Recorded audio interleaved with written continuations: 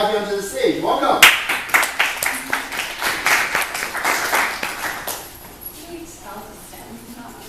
This slide. All right. How many of you guys know what cognitive systems is? Awesome. Okay, so we'll tell you. Okay, so before we go on to that, though, we'll just try to introduce ourselves quickly. So my name is Gabby. We all have really similar introductions. But I'm a fifth year student at UBC. So I'm still an undergraduate, and the reason I've taken a bit longer is because I've done a co-op program. Yeah, I'm also the president of the CSS, which is Cognitive Systems Society. So I'm Trisha. I'm also in my fifth year because I did co-op of Cogs. I am graduating this year, just like Gabby and Natasha. The student team that I'm involved with is also an engineering design team. It's called the UBC Biomedical Engineering Student Team, which I'll tell you guys a little bit more about later. And I'm Natasha, and I'm also in my fifth year, and also graduating. I'm also part of the CSS. I'm the secretary with them, so it's pretty fun. But yeah. Cool.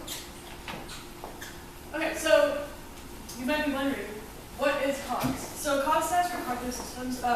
It's an interdisciplinary program, so you can do it from 4 different angles. And those are the 4 angles up there. All 3 of us are in the computer science stream of that, so that's the artificial intelligence and design stream. So yeah, a lot of what we do is heavily oriented around programming and that kind of stuff. Yeah.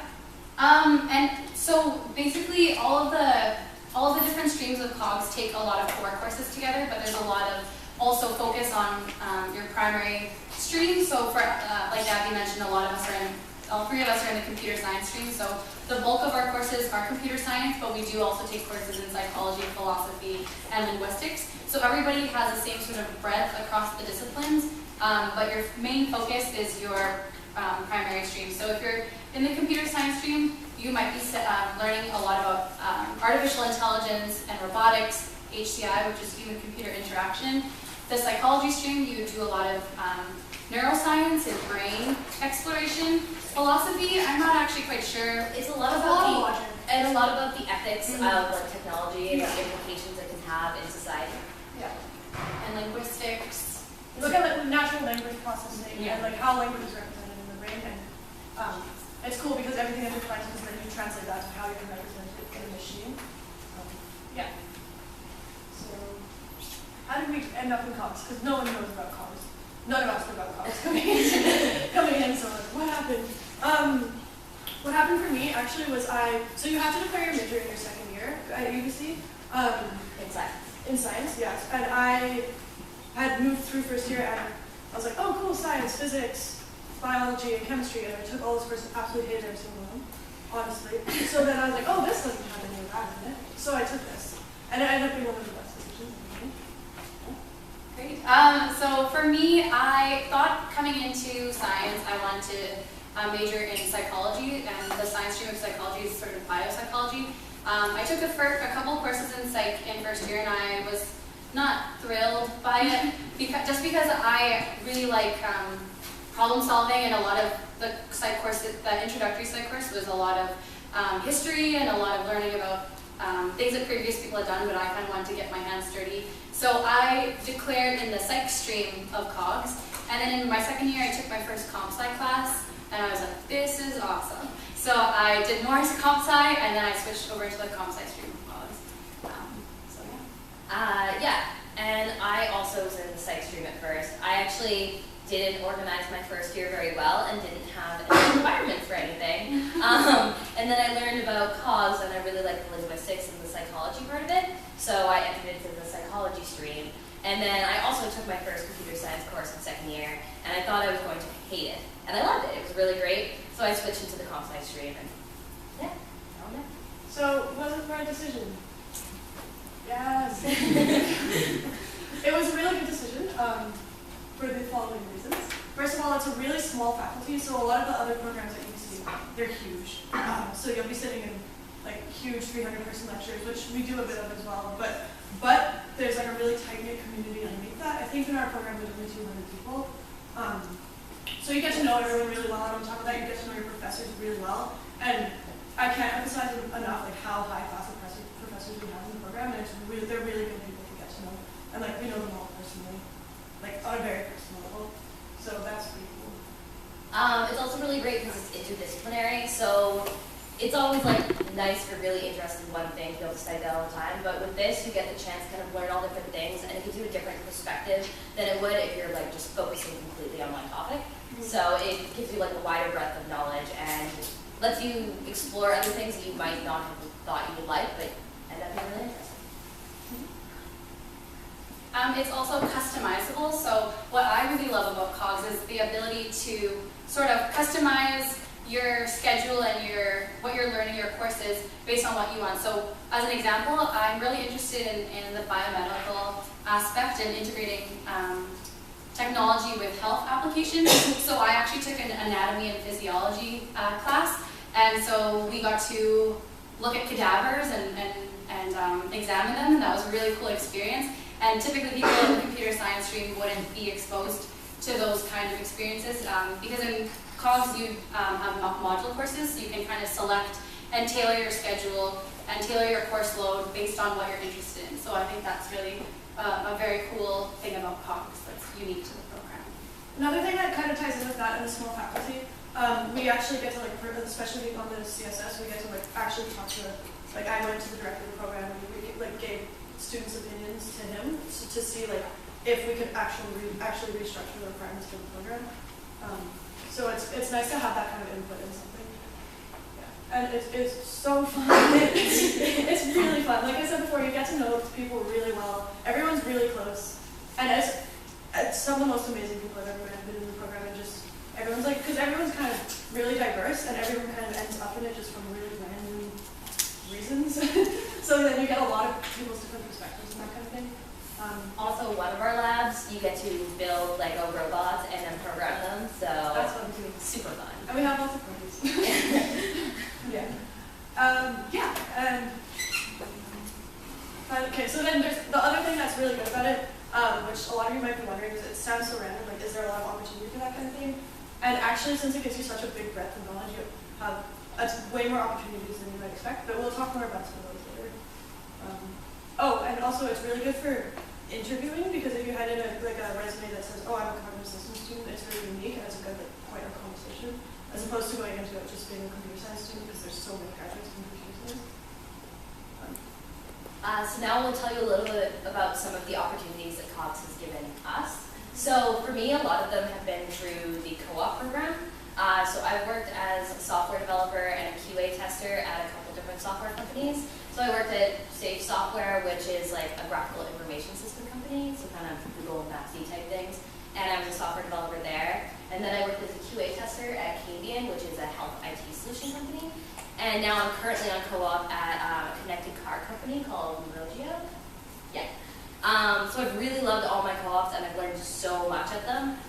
It's given me the opportunity to learn outside of class and get like real world experience, which is like invaluable. When you try and get an actual job and say you've done co-op, it's really impressive to them. So I also volunteered at the VCL, which is the Visual Cognition Lab, and that's actually run by one of the Cogs professors. And so in that lab, we mostly look at how you can most accurately represent data so that people can take it in and process it the most efficiently. So that was really good. So kind of similar stuff to me. I've only done 2 co-op placements, one of which I was doing like QA platform development. QA, for anyone who doesn't know, is quality assurance, so it's testing pretty much.